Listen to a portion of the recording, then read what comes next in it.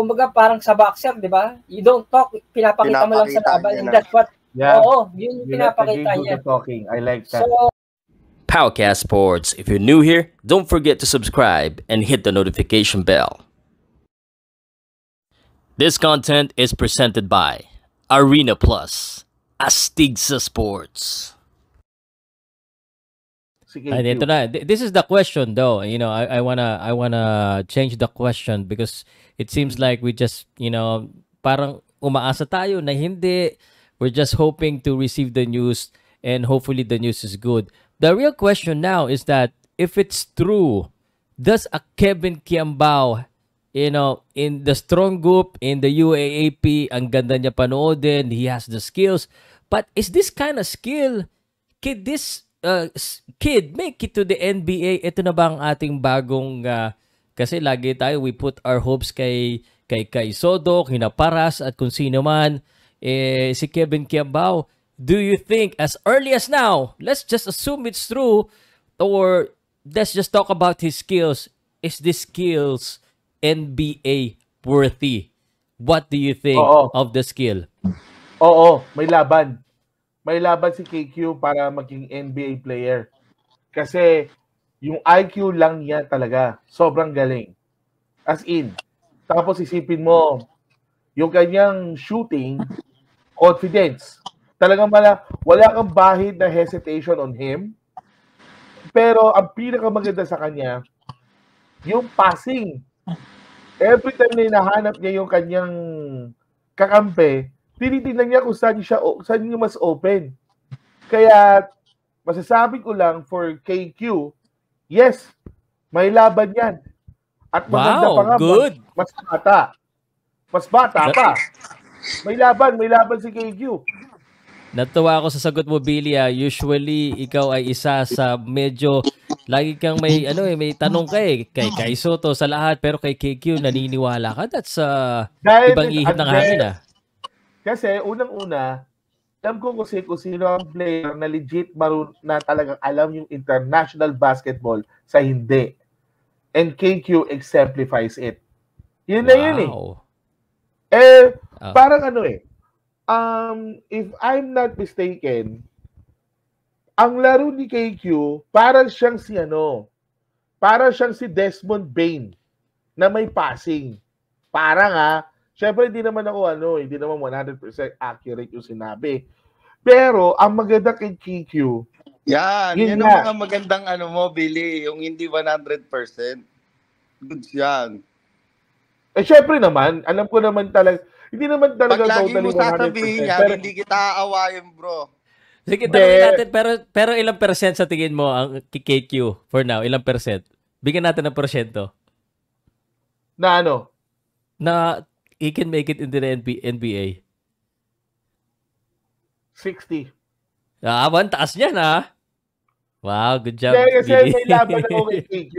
Sa totoo lang, sa lahat ng NBA, sa lahat ng Pinoy player na may caliber maglaro, 3 lang naisip ko na may caliber maglaro na pang NBA. 3 lang. Si Kevin Kiambao, AJ Edu, and pangatlo, actually, itong pangatlo na to, Ren Sabando. Okay. Yun yung 3 yun. Jem, agree? Sa akin, Boss Pao, ang kagandahan kasi kay KQ, simula ng career niya ng high school, na yung winning mentality nasa kanya na. Laging nagcha-champion yan sa NU pa lang. Kaya siya nakuha Siyempre, sino bang head coach? Tapos, head coach? Si Jeff Mapa yun. Tapos assistant coach si Jeff Napa, tapos si Goldwing. Tapos, yung nakuha siya ng Lasal, syempre yung winning mentality pa rin nasa kanya. Tapos, at the same time ngayon, naggaling siya sa champion. 'Di ba? So, parang yung kumpiyansa ng tao tumaas. Especially, naglaro siya sa SGA, itong strong group. Sinong mga kasama niya, mga NBA player na dati niyang pinapanood. Not to mention yung gilas niya. Yung gilas. Bukod na doon, kasama na yon. Pero isa pa sa factor na talagang nagpaganda pa ng laro niya. Ito kasi nalagyan siya ng mga NBA caliber din 'di ba? Yung sa Gilas na yon, maganda na experience niya, may naitulong siya doon. Tama din na kinuha siya ni Tab Baldwin kasi makikita may skills yung tao. Pero yung dito na dating pinapanood niya yung mga player na yon, yung experience na mag-guide ka lang ng tama, 'di ba? Ang laking motivation na yon para sa kanya. So yung nilaro niya netong laban sa Dubai, hindi mo makikita kay KQ na dapat lagi ako nga asa lang sa mga NBA caliber. Pinakita niya yung skills niya na kung ano ba talaga siya. Na hindi lang ako pang Gilas lang. Kaya ko makipag-compete sa iba. Ayun yung nakita ko kay KQ. Alam mo, sa dali lang, JM, I want to give credit to Charles Chu. I want to give credit to Charles Chu and the coaching staff led by team consultant Brian Gorjan. Kasi, alam naman nila na puro NBA players yan. Alam naman natin eh. Tsaka pero wait lang, Bilya. Take note, di ba binabalita pa sa KQ, gusto siyang kunin na naturalize ng UAE. Yeah. Oh, di ba? So yun yung mga makikita mong hindi na yung nangyari na kung maglalaro ba siya sa Summer League. Parang hindi imposible. Kasi ang dami alam mo kung tutuusin yung UAE, alam mo kung tutuusin yung UAE, wala kang lusot dito eh. Ang laki ng pera ng UAE eh. Paano mo tatapatan? Diba? Okay. Anyway, just beside the point, I just wanted to say, and then I will ask Drin para umikot yung ating bola. I think it's more than just the skills that separate KQ. It's siguro the confidence is there being a young man playing with the NBA player, pero he decided to take the shot and he's not afraid. So it's the confidence and yung kanyang maturity and confidence really plays a big factor, and I think that's very important in the game.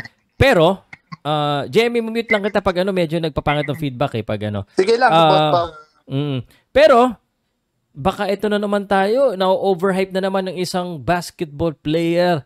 Drin, are we hyping KQ already?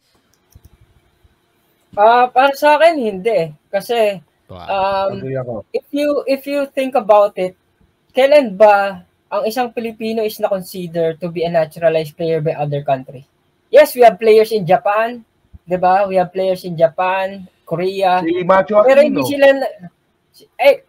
kasi parang possibly he was there since he was young, 'di ba?